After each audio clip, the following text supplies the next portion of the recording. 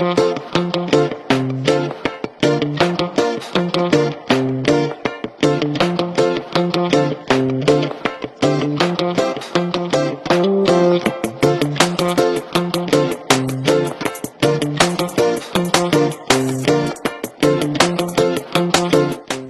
man, in my 9 years as councillor, there was one attempt to de-silt this main gully that runs across Beach Road. And because it's not under the jurisdiction of the parish council, we have difficulty.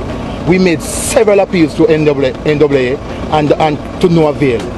I'm now taking the opportunity to call on NAA to pay keen attention to this particular gully to ensure that it is clean before any major damage happens to the citizens of this area. Where is this problem coming from? It is coming from gypsum and the excavation now being conducted by the Chinese for the abutment of the new highway.